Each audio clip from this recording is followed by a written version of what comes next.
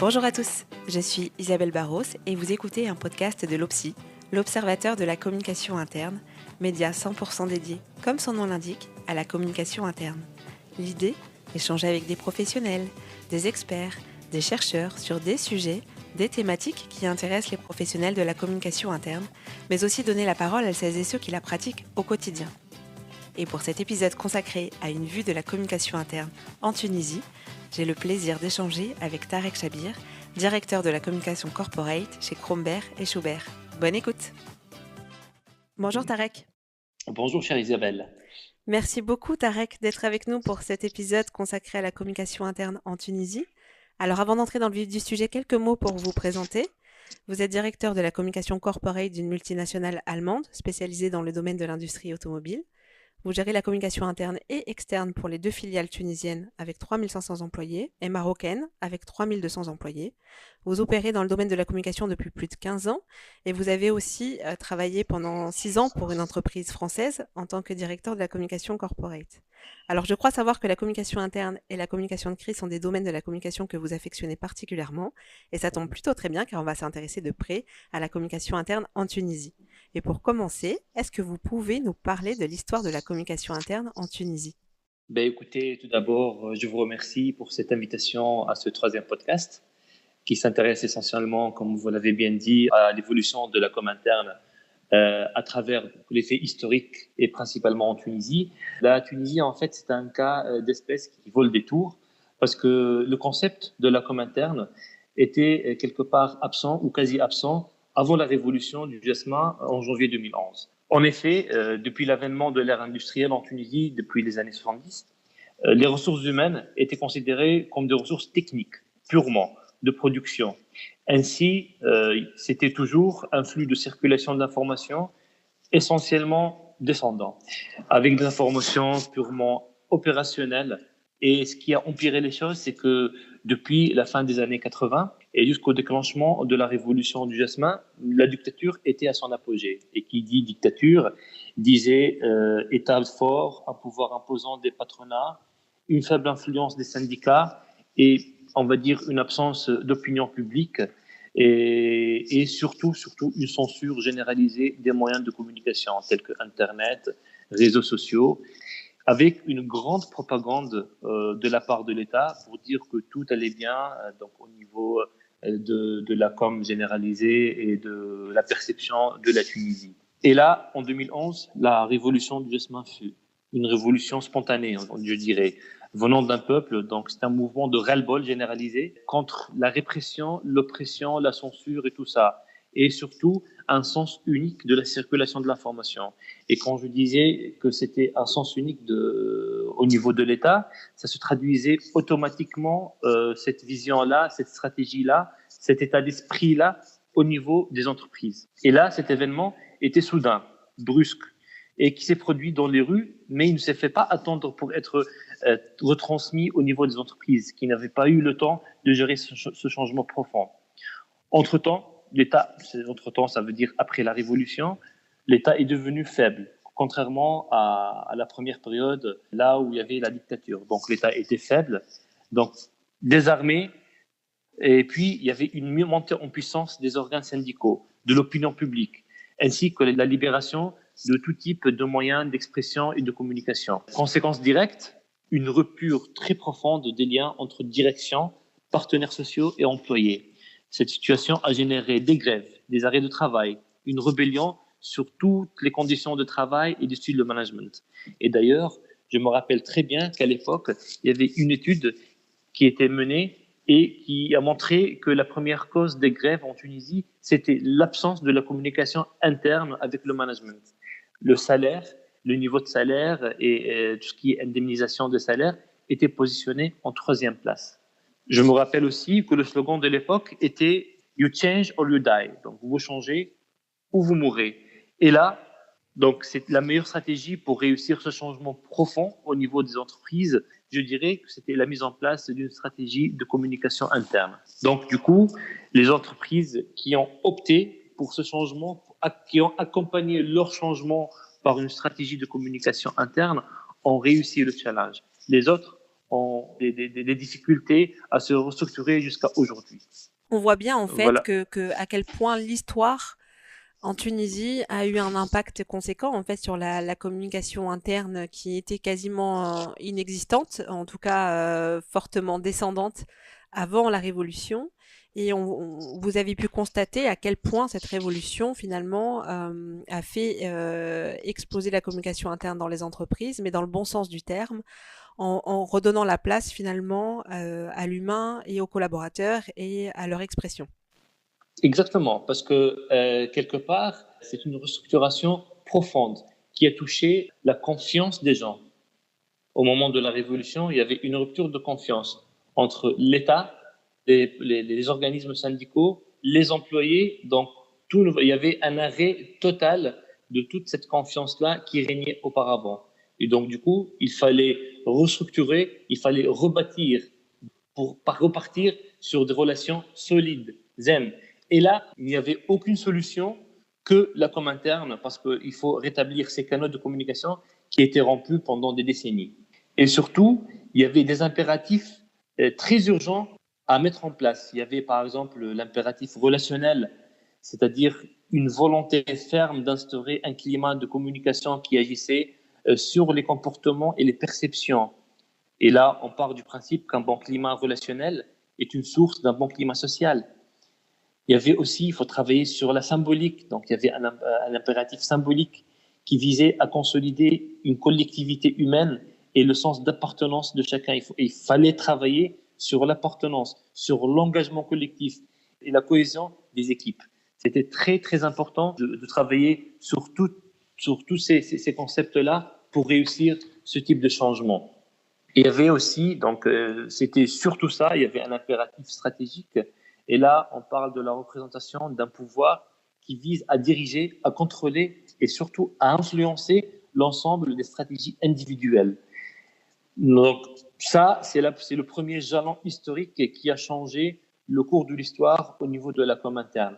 Donc la com interne, je dirais que sa mise en place donc, a été un peu plus ou moins estampée quand l'État et ses organisations ont repris un peu du poil de la bête, c'est-à-dire un gouvernement qui est devenu, après la Révolution, légitime, avec des partenaires sociaux et des patronats réformés.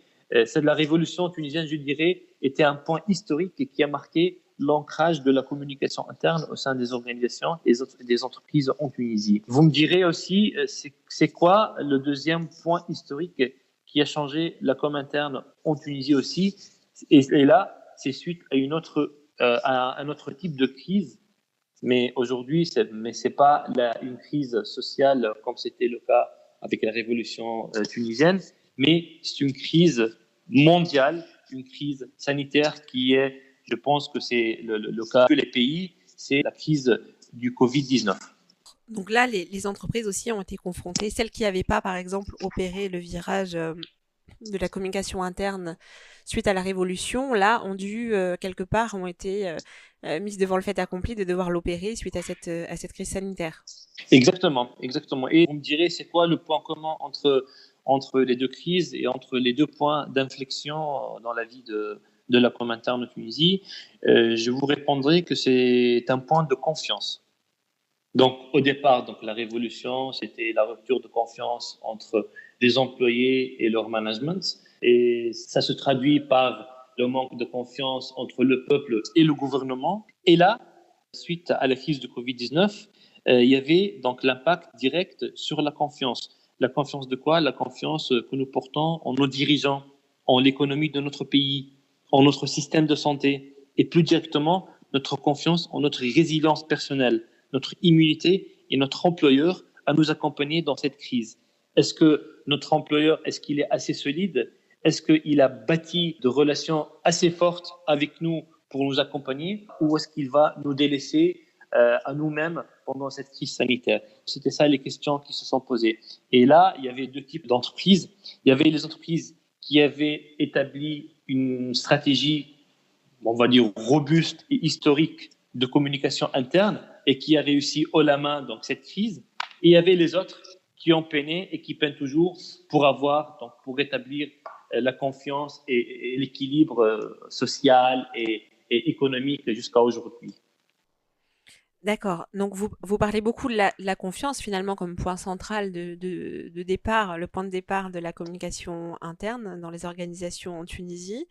Est-ce Oui. que vous identifiez aujourd'hui d'autres enjeux principaux par rapport à la communication interne, que ce soit dans votre entreprise en particulier, mais peut-être plus largement dans les organisations tunisiennes? Bah, écoutez, j'ai eu la chance de travailler en Tunisie, donc en France, au Maroc et un peu partout. Donc, j'ai côtoyé plusieurs entreprises internationales, allemandes notamment. Et là, je pense que l'enjeu de la communication interne, il est unique. C'est-à-dire que peu importe la nationalité, peu importe l'endroit, peu importe l'ère là où il y a la com interne, les enjeux sont les mêmes. Donc, c'est tout d'abord les enjeux de la com interne sont stratégiques. Stratégique, je dirais, c'est que la communication interne accompagne la stratégie d'entreprise. Donc, dans la stratégie générale et structurelle. Donc, elle assure la cohérence entre les actions entamées par le top management et leur compréhension au niveau des collaborateurs. Et quand je parle stratégie, parce qu'il y a des plans qui se font à court, à moyen et à long terme. Donc là, on a parlé auparavant, Isabelle, c'est que moi, je suis parmi les gens, donc les fervents qui disent que, les puristes plutôt, qui disaient que la com interne, son emplacement, il est naturellement sous la direction de la communication globale corporate et directement lié à la direction générale. Pourquoi? Parce que la communication interne doit, parmi les enjeux énormes de la com interne, c'est la traduction de la politique d'entreprise en stratégie de communication interne et qui se traduisent en plusieurs plans de communication. Il y a ces enjeux-là donc de la com interne, c'est-à-dire des enjeux stratégiques, mais encore, la com interne a des enjeux structurels.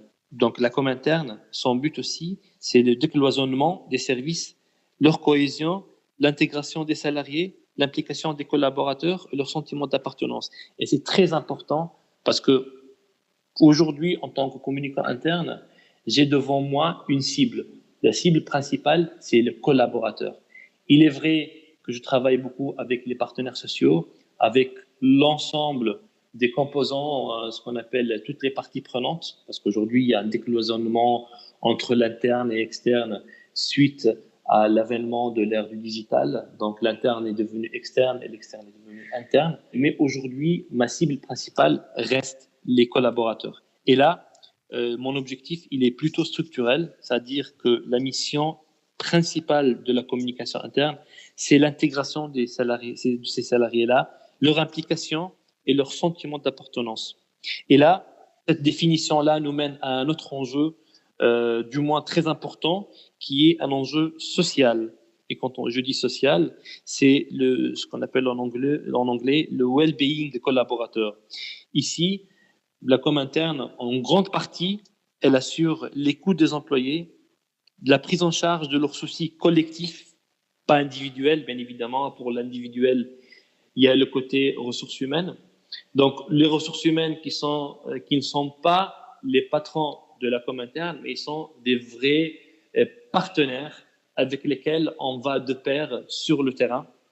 Et aussi, donc, il faut combler le terrain. Combler le terrain avec un grand rôle social, un rôle qui donne ce qu'on appelle la création de la valeur.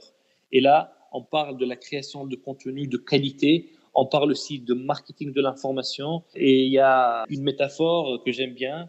On dit que la com interne, c'est la sève, c'est comme la sève d'un arbre. Elle irrigue l'ensemble de l'entreprise pour contribuer à son bon fonctionnement. Donc là, je dirais que la com interne, c'est un pilier parmi les piliers stratégiques de l'entreprise. Et le dernier, on va dire, le dernier enjeu que la com interne a, c'est l'enjeu de la transformation. Et là, je dirais que la com interne, elle a un enjeu didactique, un catalyseur et qui accompagne le changement qui opère au niveau de toute entreprise. Chaque changement est très important. Chaque changement, ça veut dire qu'il y a un dysfonctionnement qui s'est opéré tout au long de la vie d'entreprise qu'on doit gérer, qu'on doit changer. Donc, il y a une mutation quelque part qui opère au niveau de l'entreprise. Et là, l'entreprise, et là, plutôt la communication interne, elle a un rôle explicatif qui vise à l'acceptabilité d'une nouvelle situation qui s'installe au niveau de l'entreprise. Donc, globalement, Isabelle, c'est ça les enjeux que je vois au niveau de la com interne, que ce soit en Tunisie ou ailleurs d'ailleurs. Merci Tarek. Moi, j'ai beaucoup aimé la métaphore de l'arbre. J'ai trouvé ça vraiment, vraiment sympa comme métaphore et Ouais, effectivement, il y a beaucoup, beaucoup de ça. Et si on revient un petit peu sur les enjeux qu'on a évoqués, vous avez parlé vraiment de la dimension sociale aujourd'hui, de la oui, communication interne. oui. Aujourd'hui, est-ce que par exemple, les collaborateurs sont sollicités à travers des enquêtes d'opinion, par exemple, ou des baromètres sociaux? Est-ce qu'aujourd'hui c'est le cas par rapport à ce qu'ils ont pu connaître avant la Révolution? Est-ce qu'aujourd'hui on est vraiment dans cette démarche d'écoute et en tout cas d'être prêt à entendre ce que les collaborateurs ont à dire dans les organisations en Tunisie?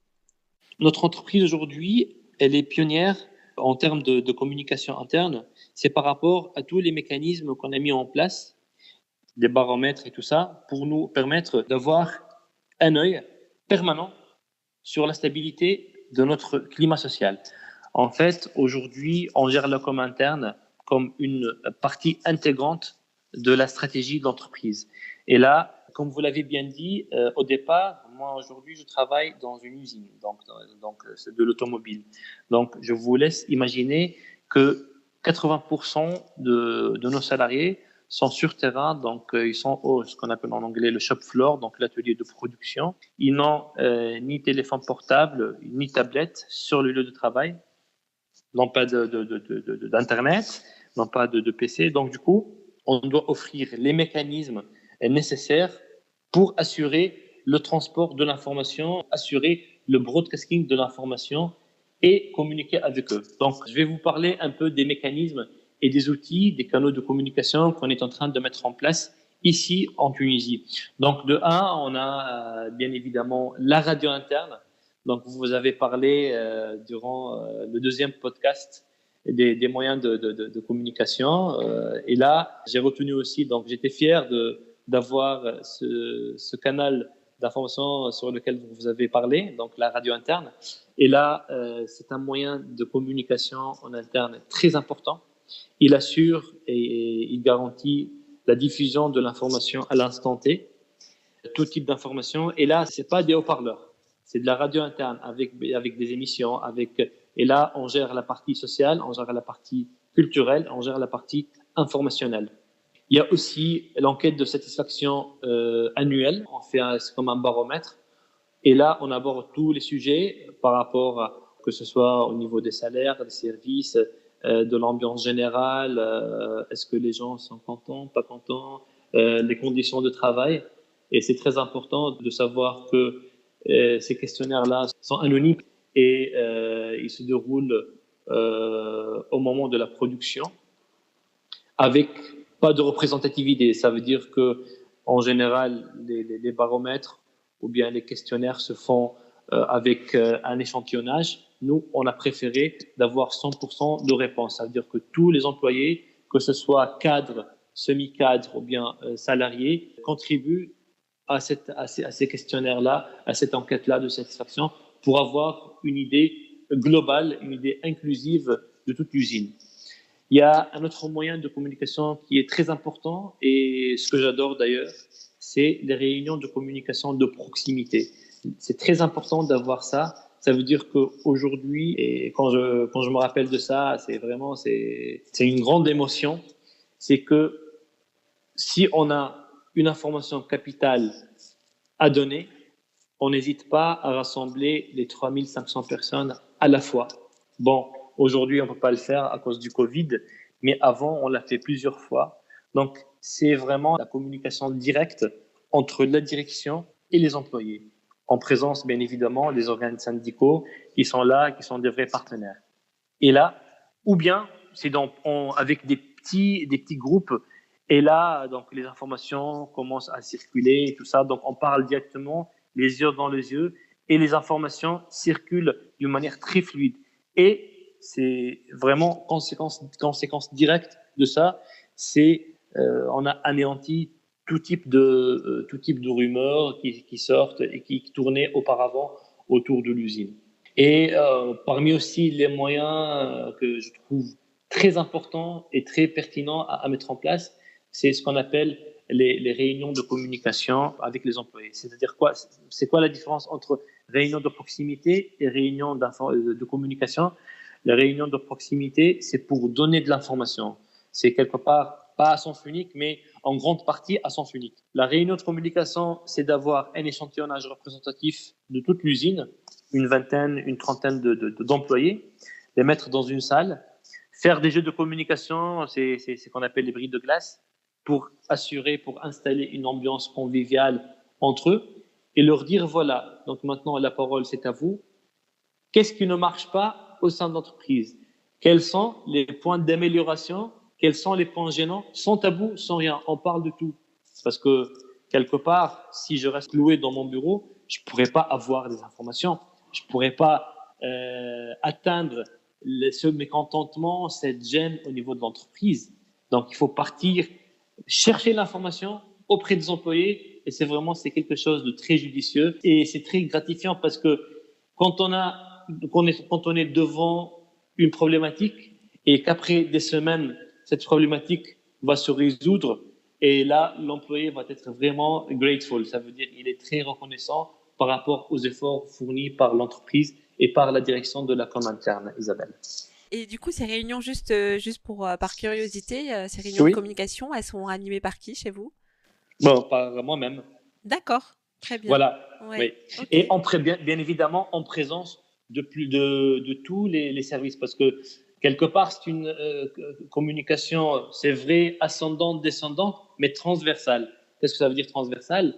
On est en présence d'un représentant de la production, d'un représentant des ressources humaines, d'un représentant de l'équipe technique, d'un représentant de l'équipe informatique. Et là, on gère s'il y a une problématique au niveau du groupe, une problématique, bien sûr, quand je dis une problématique, c'est une problématique généralisée qui touche tout le monde. Et là, donc, la personne en question va prendre en charge cette problématique-là et il va la résoudre dans les plus brefs délais. Voilà, et ça parle de tout, hein. Donc il n'y a pas de tabou. On parle de la cantine, on parle des toilettes, on parle du transport, on parle de la communication interpersonnelle avec les patrons et tout ça. Et là, dans le cadre, bien sûr, de la convivialité, et on ne va pas dire qu'un tel a dit quelque chose de mal d'une autre personne. Non, on va gérer la situation en sa globalité et on est orienté surtout solution, pas problème. Voilà.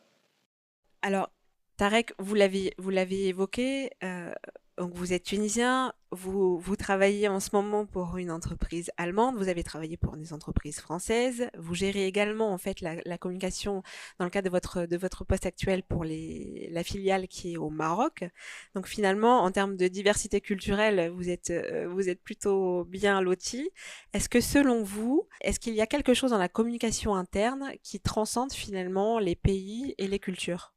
Vous parlez sûrement des atouts ou bien de la qualité du communicant interne, c'est ça, hein? Oui, je pense que c'est ça, c'est la suite finalement de cette question, c'est est-ce que Oui. pour vous, est-ce qu'il y a une identité commune à l'ensemble des communicants internes, d'où qu'ils Oui. soient? J'ai eu la chance de côtoyer plusieurs communicants, français, anglais, allemand, tunisien, marocain, algérien. Et là, quand on parle un langage unique. Ça veut dire que nous avons tous un élément en commun, c'est notre amour à ce métier-là. Un métier que je trouve noble. Il y a des valeurs, il y a des atouts, il y a des qualités qu'on doit avoir chez un communicant interne pour qu'il réussisse sa mission. Tout d'abord, il faut commencer par soi-même, c'est-à-dire donner une image très positive de soi-même au niveau de l'entreprise. Et parce que lui, il représente l'administration, il représente les valeurs de l'entreprise, il représente les valeurs du top management et il représente aussi les messages du top management. Donc il y a ça. Aussi, un bon communicant, quelle que soit sa nationalité, d'où il vient, il doit avoir une écoute et une disponibilité et une courtoisie. Le rôle d'un communicant, c'est plus de prendre les informations de la part de la direction et de les cascader jusqu'en bas. Non, il faut vraiment, et ça, c'est le plus important, et ça, c'est l'atout d'un bon communicant. Il faut qu'il soit présent sur le terrain. Il est là, il écoute, il est disponible, et il a de la courtoisie. Il s'adapte aussi. Donc, il y a aussi, donc, la troisième qualité, c'est sa souplesse et l'adaptabilité et l'adaptation. Moi, je me rappelle quand j'ai débarqué au Maroc. C'est vrai que c'est un pays arabe, musulman, comme la Tunisie, mais avec des cultures différentes. Donc, j'ai passé à peu près, on va dire, un bon moment, des mois, à observer, à regarder c'est quoi les différences, c'est quoi les points communs entre les deux peuples et surtout la culture de ce peuple-là, comment on se complète et comment Tarek, en tant que communicant, peut apporter le plus à cette nation-là en respectant bien évidemment leurs mœurs et leur culture. Donc il y avait ça. Il faut qu'un bon communicant ait un bon relationnel. Il faut être enthousiaste, parce que si on n'est pas enthousiaste soi-même, on ne peut pas transmettre cet enthousiasme à tous les autres collaborateurs. Donc il faut être vraiment, le message, il ne faut pas avoir des messages issus d'une usine à gaz, sans émotion, sans vie, sans réalité et sans réalisme. Non, au contraire, il faut travailler sur l'émotion. Il faut avoir quelque chose qui sort du cœur. Il faut que le communicant opère avec du cœur, avec du grand cœur. Et la dernière qualité que je trouve essentielle chez un communicant, c'est l'esprit de synthèse et d'analyse. Et là, on parle de rapport, on parle d'adaptabilité, on parle d'un esprit qui doit s'adapter à toutes les situations. On observe, on analyse, on fait une synthèse, on garde ce qui est à garder et on change ce qui est à changer. Écoutez, je partage pour beaucoup ce que vous venez d'évoquer, et je pense que vous avez soulevé un point important. Alors là, on va un peu sortir du cadre de notre épisode, mais en tout cas sur la fonction du communicant interne, je pense que vous avez vraiment soulevé un point important ici, c'est l'observation. Voilà, prendre connaissance de son terrain, s'immerger, voilà, observer les personnes, discuter avec elles, être à leur écoute. Je pense que c'est vraiment un des points clés, et vous l'avez très justement souligné. Ce qui m'attriste aujourd'hui, c'est que il y a beaucoup de gens, il y a beaucoup de communicants qui disent bon voilà, on fait de la com interne, et quand je leur pose la question c'est quoi la com interne chez vous, ils me disent écoutez, on gère l'intranet. Désolé, l'intranet c'est pas de la com interne. La communication interne, elle est plus profonde que ça. Ça commence par l'observation, ça commence par la réflexion, ça commence par l'immersion au sein de l'usine ou bien au sein de l'entreprise en général. Être terre à terre, voilà, c'est ça. C'est que aujourd'hui, on n'a pas besoin de. C'est vrai que l'intranet, il y contribue, surtout avec des gens qui sont au bureau et tout ça. Mais il y a beaucoup de métiers qui n'ont pas ni de téléphone, ni d'intranet, ni rien. Il faut s'adapter. Il faut analyser le terrain et il faut s'adapter par rapport à ça. Il faut donner aux personnes l'information telle qu'elle se présente, avec les moyens qu'il doit y avoir sur le terrain. Merci beaucoup, Tarek, pour ce voyage. J'ai envie de dire Shukran Barsha. Shukran, merci beaucoup. Merci de nous avoir fait voyager dans ce contexte un peu particulier. Merci beaucoup, Tarek. Je vous en prie. Ce podcast est maintenant terminé. Merci beaucoup pour votre écoute. Le lien et la synthèse de l'épisode sont disponibles sur le site de l'OPSI, obs-ci.fr, rubrique podcast. Si vous souhaitez réagir à cet échange, proposer des sujets ou participer à un épisode, une adresse mail, contact@obs-ci.fr. À très bientôt.